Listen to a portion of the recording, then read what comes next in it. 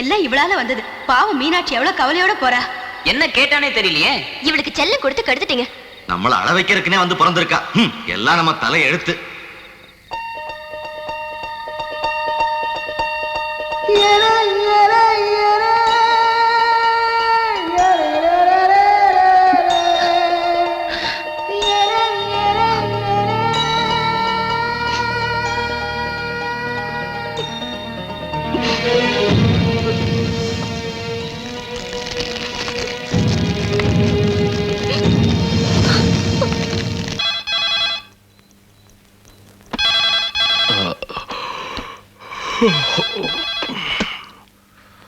Hello,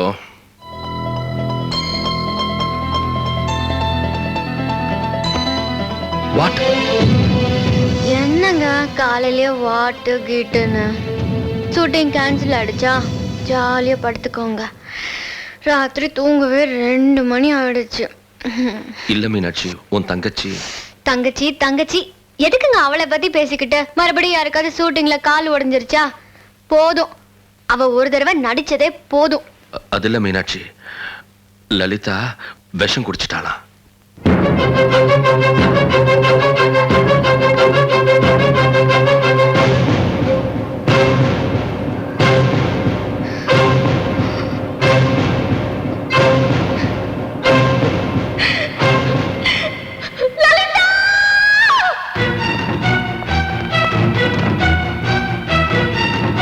sir, ICU எங்க?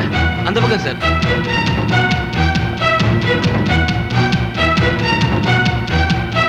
ICU எங்க? அந்த பக்கம் போங்க.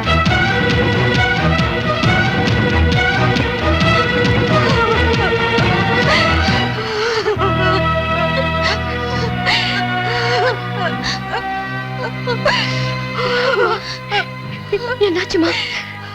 சொல்லு சொல்லுமா, அவளுக்கு என்னாச்சு? இப்போ அவளுக்கு எப்படி இருக்கு? ரொம்ப பயமா இருக்குமா?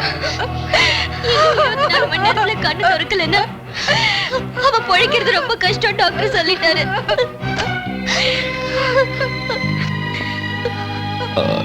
டாக்டர் எப்படி இருக்கா? Very critical position. எங்களால முடிஞ்சதை செஞ்சுட்டோம். கடவுள் தான் காப்பாற்றணும். உள்ள போய் பார்க்கலாமா? சரி sir, you are not allowed. பார்க்கணும்னா அப்சர்வேஷன் வார்டுக்கு போங்க. ஓகே, வாங்க.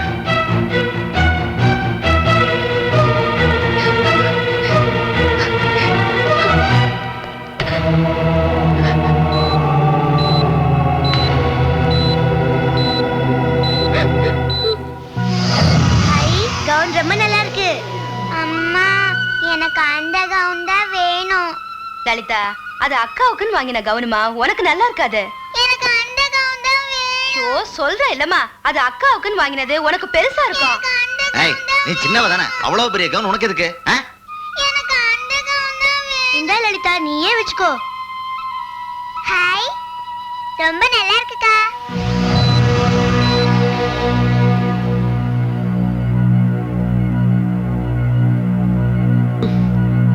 என்னடா இப்படி பண்ணிருக்கா?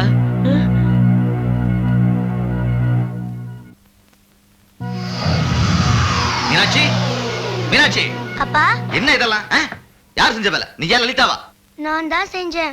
அவ சின்ன குழந்தை தானே, ஏன் அவளை திட்டுறீங்க? என்ன சின்ன குழந்தை? பல வருஷத்து கணக்கு இதுல எழுதி வச்சிருந்தேன். இதுல போய் இன்டர் கொட்டி வச்சா கைநட்டு தோலை உரிச்சா தான் சரிப்படும்.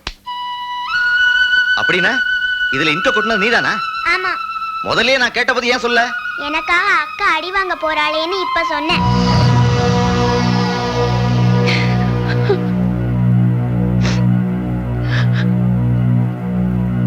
ஒண்ணு கவலைப்படாதீங்க, எல்லாம் சரியாயிடும்.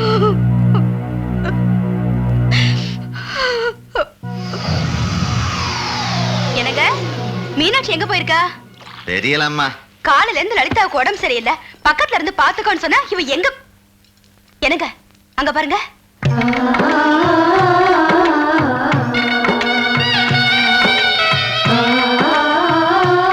என்னம்மா மொட்டை அடிச்சுட்டு வந்திருக்க? தங்கச்சிக்கு குணமாகணும்னு கடவுள் கிட்ட வேண்டிட்டு மொட்டை அடிச்சுட்டு வந்தேன். அடி பைத்தியம், சாதாரண ஜுரத்துக்கு போய் யாராவது மொட்டை அடிச்சுக்குவாங்களா? இல்லம்மா, தங்கச்சி எப்பவும் சொல்லிச்சுக்கிட்டே இருக்கணும், தங்கச்சி வேதனைப்படக்கூடாது.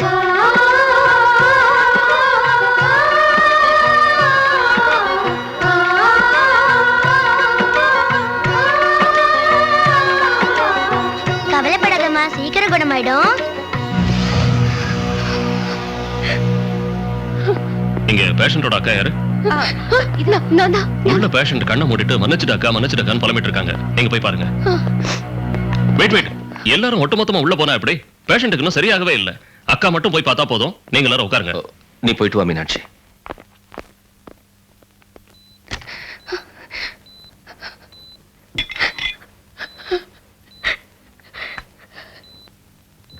லலிதா,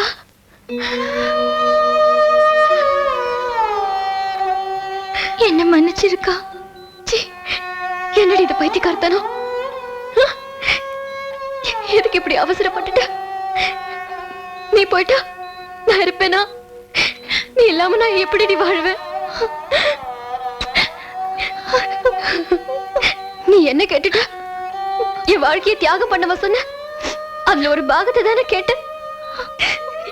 ஏதோ என் புருஷன் மேல இருந்த அன்புல நான் அன்னைக்கு கோவப்பட்டுட்டேன்.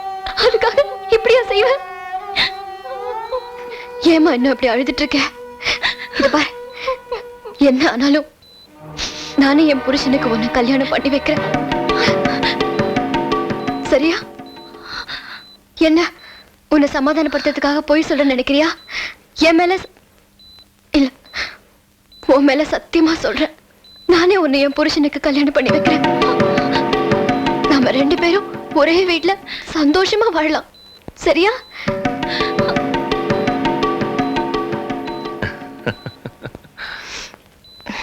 அவரை ஒத்துக்க வைக்க வேண்டியது என் பொறுப்பு. லலிதா என்ன பேசிட்டு இருக்கா? உனக்கு கேட்கலையா? எனக்கு கேட்கல. எனக்கு மட்டும் எப்படி கேட்கும்? அக்கா, நீ எதுக்கும் பயப்படாம இரு. இனிமே இந்த மீனாட்சி நடத்த போற டிராமாவை பாரு.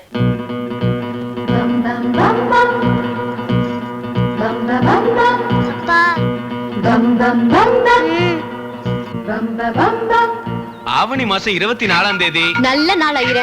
ரொம்ப நன்னா இருக்குமா? ஆனா அதுக்கும் இன்னும் 20 நாள் தானே இருக்கு. அதுக்குள்ள கல்யாணம் வெள்ளம் எப்படி முடிப்பேள்? அத பத்தி உங்களுக்கு என்ன கவலை? எல்லாத்தையும் நான் பாத்துக்கிறேன். என்னங்க?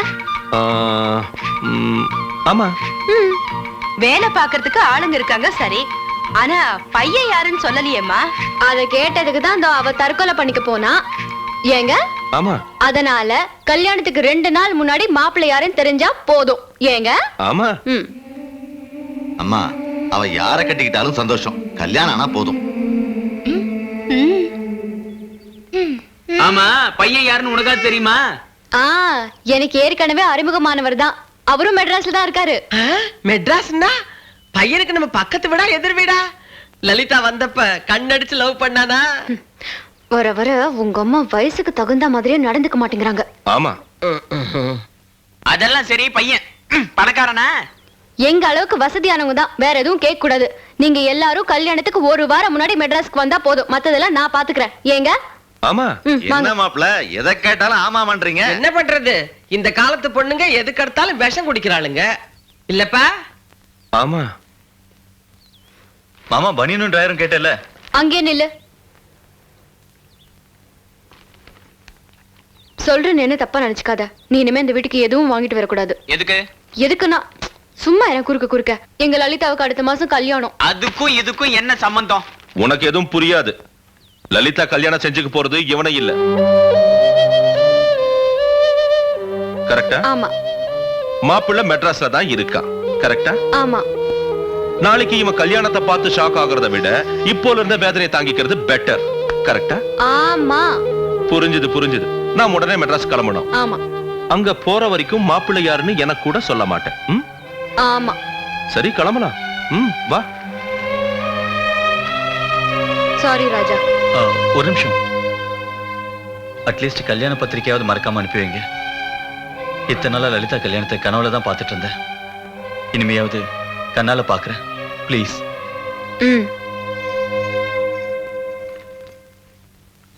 என்னங்க? என்ன? ரெடியா?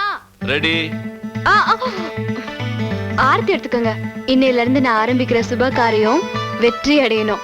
நான் நினைச்சதெல்லாம் ஈஸியா நடக்கணும்னு வேண்டிக்கோங்க. அப்ப நான் நினைச்சது? நீங்க என்ன நினைச்சீங்க? வேற என்ன, ஹீரோ யாருன்னு தெரிஞ்சுக்க நினைச்சேன். வேற யாரு? நீங்க தான். ஏன் ஹீரோ நீங்க தானே?